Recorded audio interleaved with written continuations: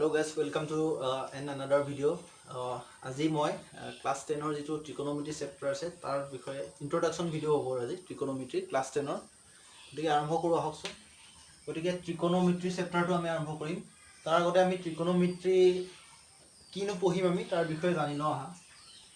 শব্দটো আছে trigonometry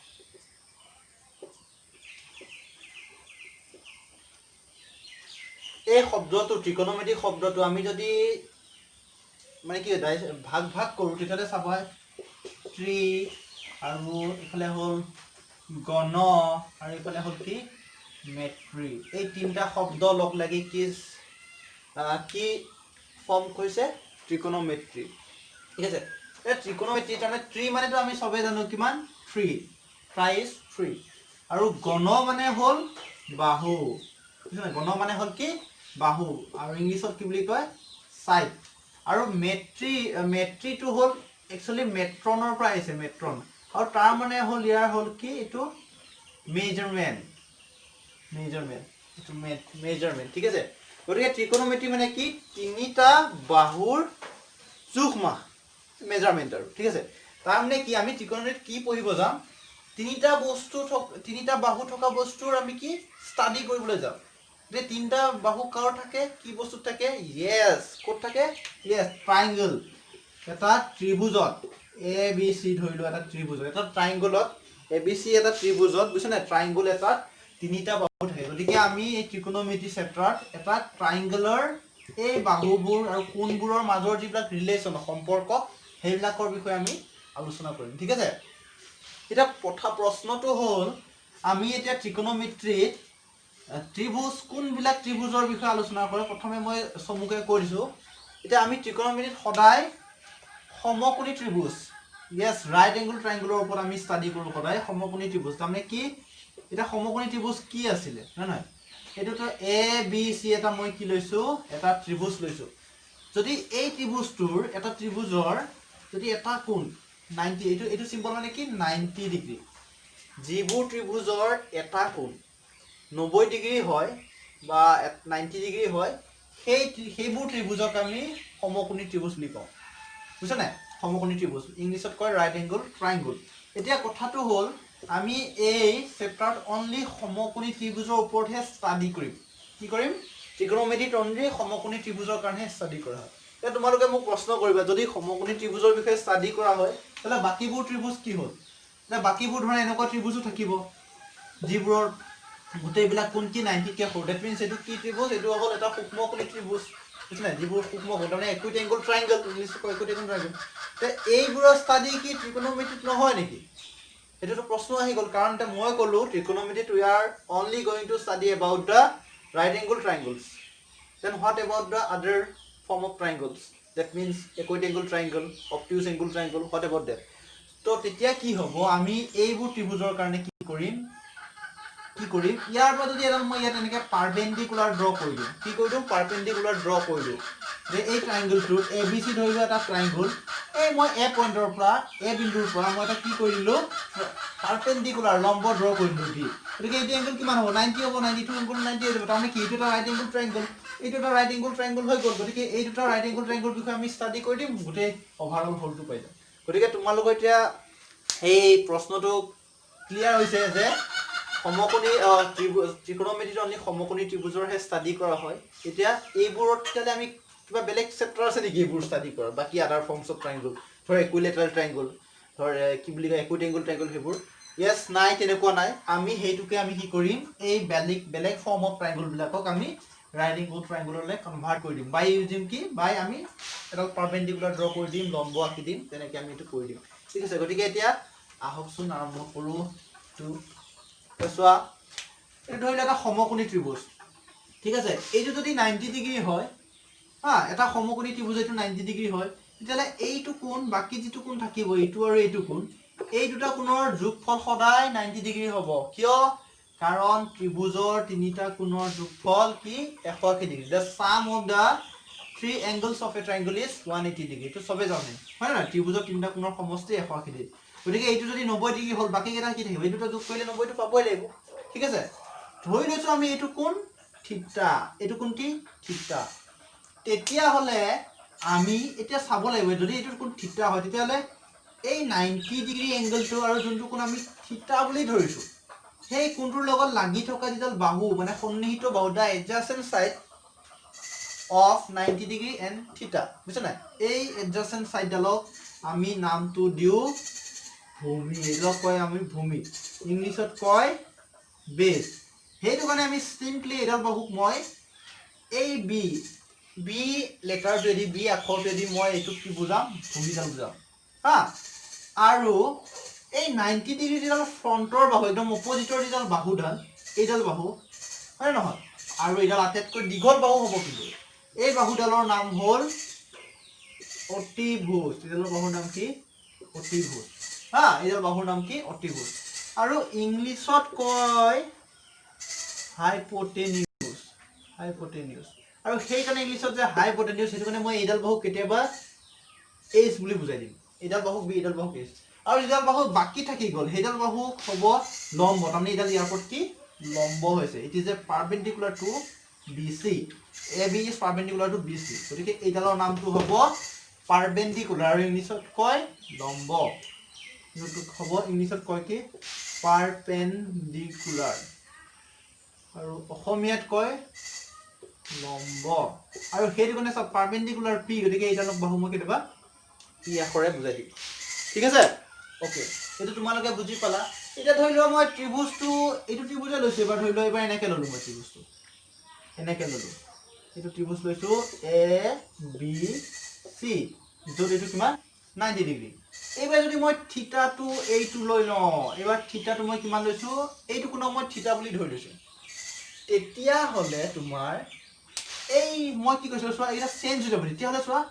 থিতা আৰু 90 ডিগ্ৰী যোনডাল বাহুত লাগি আছে মানে সন্নিহিত বাহুডাল এডজাসেন্ট সাইডডাল এই বাহুডাল হৈ যাব আমাৰ ইয়াত এতিয়া বি এই বাহুডাল হৈ যাব বি ঠিক আছে কাৰণ থিতা আৰু এই 90 ডিগ্ৰী লগত লাগি আছে বাহু এইডাল বি আগতে এইডাল আছিল থিতা আৰু 90 ডিগ্ৰী লাগি আছিল গতিকে এইডাল বি আৰু কি কৈছিলো 90 ডিগ্ৰী ফ্ৰণ্টৰ বাহুডাল একদম অপজিটৰ ডাল থিতা আছে এইডাল আছিল এইচ এইডাল এইচ হৈ যাব আৰু বাকি থকাডাল হ'ব পি এইকেইটা বহুত দৰকাৰ হ'ব বি পি এইচ এইকেইটা বাছি লোৱাটো খুব দৰকাৰ হ'ব গতিকে এবাৰ যদি ত্ৰিভুজটো মই অকমান এনেকৈ বেলেগ টাইপত আকো এনেকৈ আকো এইটো এ বি চি ধৰা এইটো 90 ডিগ্ৰী কোণ আৰু ধৰি লোৱা এবাৰ এইটো থিতা ধৰিছো এতিয়া তোমালোকে বাছিব পাৰিবানে কোনটো বি কোনটো পি কোনটো এইচ এতিয়া চোৱা তোমালোকে বাছিব লাগিব 90 ডিগ্ৰী আৰু থিতাটো ক'ত আছে ধৰি লোৱা থিতাটো হ'ল এইটো কি চি এইটো চি কোণত থিতাটো আছে গতিকে এই বাহুডাল হৈ যাব কি বি আৰু এইচ কোনডাল হ'ব 90 ডিগ্ৰী ফ্ৰণ্টৰ কোনডাল হয় এইডাল বি চি তাৰমানে এই বাহুডাল বি চি বাহুডাল হ'ব কি এইচ আৰু এই বাহুডাল হ'ব কি পি গতিকে এনেকৈ বাছিব পাৰিব লাগিব এতিয়া আহিব আমাৰ মই কেইটামান তোমালোকক ফৰ্মুলা দিম এতিয়া দেই ত্ৰিকোণমিতিৰ ফৰ্মুলা কেইটামান দিম আৰু সেইকেইটা ত্ৰিকোণমিতিৰ অনুপাত বুলিও কয় অসমীয়াত সেইকেইটা চোৱা এতিয়া তাৰ কাৰণে মই এইখিনি মুচি দিছোঁ ৰ'বা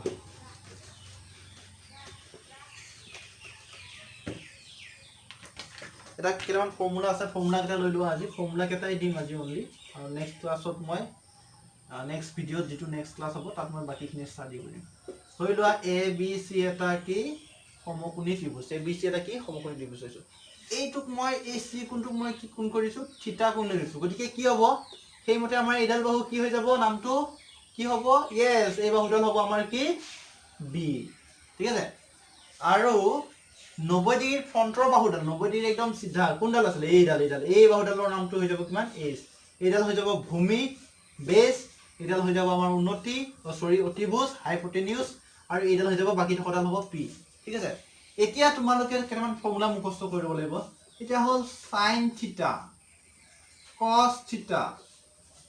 tan থিটা cot থিটা আৰু হ'ল sec থিটা আৰু হ'ল cosec থিটা এইকেইটা এই ফৰ্মুলা কেইটা তোমালোকে মুখস্থ কৰিব লাগিব এতিয়া হ'ল চোৱা sin থিটা মানে হ'ল p/h sin থিটা মানে হ'ল কিমান p/h তাৰমানে এইডাল আৰু তাৰমানে কি চোৱা এই sin থিটাই কি বুজায় যেতিয়া এই থিটাটো এইটো হ'ব হা তেতিয়া এইডাল আৰু এইডাল বাহুৰ যিটো অনুপাত ৰেচিঅ'টো the ratio' of this and this side সেইটোক আমি sin থিটাৰে বুজাওঁ sin থিটা মানে এই দুডাল বাহুৰ sin থিটা মানে একো নহয় এই দুডাল বাহুৰ অনুপাতটো হা এইটো ratio of this two sides আৰু তেতিয়া থিটাটো হ'ব এইটো মানে কিমান ডিগ্ৰী হয় ঠিক আছে গতিকে sin থিটা p/s এইটো তোমালোকে এই ফৰ্মুলাটো মুখস্থ কৰিব লাগিব বাই হাৰ্ট কৰিব লাগিব তো আমি নেক্সট ক্লাছত এটা বাকি অংকবিলাক কৰিব পাৰিম আৰু এইটো মুখস্থ কৰিব লাগিব আৰু বুজিছা নাই sin থিটা মানে হ'ল p/s আৰু cos থিটা মানে হ'ল b/h cos থিটা মানে হ'ল কি b/h আৰু tan থিটা মানে হ'ল কি p/b মানে tan থিটা মানে কি এইডাল আৰু এইডাল বাহুৰ অনুপাত sin থিটা মানে কি আছিল এইডাল আৰু এইডাল বাহুৰ অনুপাত cos থিটা মানে কি আছিল এইডাল আৰু এইডাল বাহুৰ অনুপাত ঠিক আছে ওকে এবাৰ cot থিটা হ'ল cot থিটা মানে কি জানো tan থিটাৰ অনন্য এই cot থিটা ইজ ৰেচিপ্ৰকেল অফ tan থিটা তাৰমানে cot থিটা যদি এইডাল আৰু এইডাল বাহুৰ অনুপাত হয় তেতিয়াহলে সৰি tan থিটা যদি এইডাল আৰু এইডাল বাহুৰ অনুপাত হয় cot থিটাটো কি হৈ যাব এইডাল আৰু এইডাল বাহুৰ অনুপাত হৈ যাব মানে উল্টা হৈ যাব ৰেচিপ্ৰকেল মানে অনন্য ঠিক আছে গতিকে cot থিটা মানে কি হৈ যাব b/p আৰু sec থিটা সেইদৰে cos থিটাৰ অনন্য sec থিটাটো হ'ল cos থিটাৰ অনন্য